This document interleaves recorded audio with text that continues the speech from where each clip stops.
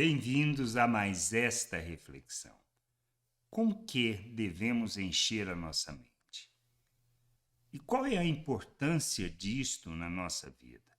É sobre isso que a gente precisa pensar. Na realidade, nós precisamos refletir sobre isso. E qual é a importância disto para as nossas vidas, no sentido daquilo que precisamos quanto a conhecer a vontade de Deus. Pois a gente não tem talvez a noção daquilo que a gente enche a nossa mente, ou seja, com os nossos pensamentos, o quão importantes são e o quanto influenciam na direção que nós damos à nossa vida. Se enchemos a nossa mente com coisas desta vida, nós caminharemos na direção das coisas deste mundo, daquilo que nós consideramos importante. Quando enchemos com as promessas, com aquilo que são os valores eternos, é nesta direção que caminharemos. Isto é normal, faz parte da nossa vida. Por isso, conhecer as Escrituras, compreender a vontade de Deus, compreender quais são as promessas que Ele nos chama para viver, irá definitivamente influenciar na direção em que nós caminharemos. Se é daquilo que é eterno, daquilo que é importante, daquilo que irá durar para sempre, ou se caminharemos para aquilo que seja as coisas frugais desta vida. E isto a gente precisa repensar. Paulo fala sobre essa questão. Com que encher os nossos pensamentos, a nossa mente?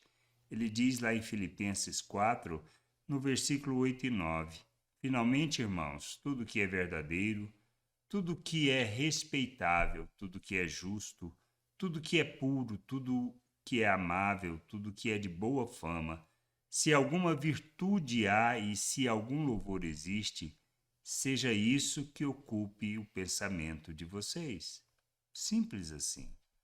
Que também aprenderam, receberam e ouviram de mim, que viram em mim, isso ponham em prática e o Deus da paz estará com vocês.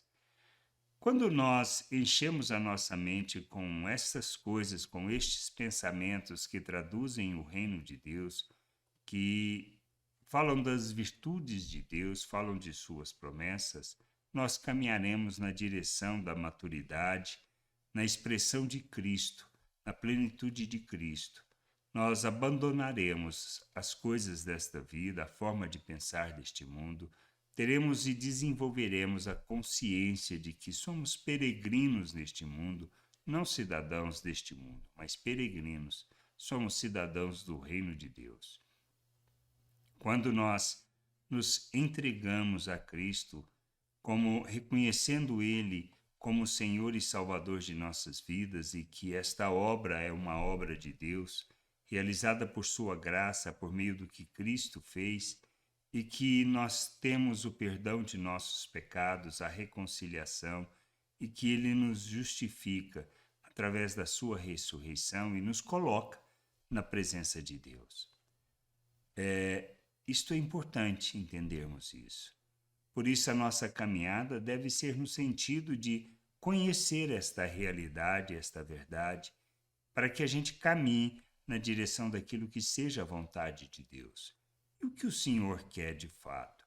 Que a gente amadureça, que nós sejamos plenos de Cristo, que vivamos esta plenitude, ou seja, que todas as nossas ações, nossas palavras, nossas reações possam traduzir o reino de Deus, traduzir toda a vontade do Pai, traduzir aquilo que Ele deseja para as nossas vidas. Sermos plenos de Cristo implica em agirmos como Cristo, falarmos como Cristo. Por quê? Porque nós fomos feitos à imagem de Cristo, fomos feitos um novo ser, uma nova criatura. Nós recebemos da natureza de Deus, da vida de Deus. Nós fomos capacitados para rejeitar as paixões humanas. Nós temos da mente de Cristo. Nós fomos feitos à imagem de Cristo. Por isso, toda a nossa jornada, o que nós devemos encher a nossa mente são com as coisas de Cristo. Pois Ele fala sobre isso, Ele nos ensina sobre isso, e Ele nos concedeu o Espírito Santo para nos ajudar nessa jornada, nos lembrar de todas as palavras. Mas como podemos lembrar dessas palavras se não as conhecemos?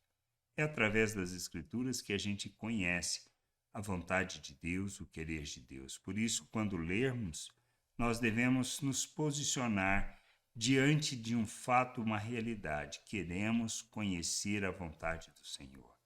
Queremos compreender o seu querer, o seu desejo. Não queremos uma religião ou um Deus que irá atender os nossos anseios, os nossos desejos, pois não é disto que trata o reino de Deus. O reino de Deus trata de que somos chamados para viver a realidade que Deus planejou para nós, para sermos o ser humano pleno, ou seja, a plenitude do ser humano que Ele imaginou, que Ele planejou, que Ele desejou. Conhecer isto é que nos conduzirá a vivermos essa plena verdade, a plena liberdade que Deus planejou para nós.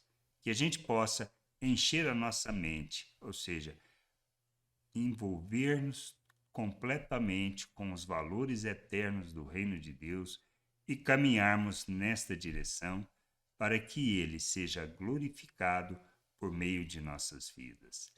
Graça e paz sobre a tua vida. Amém.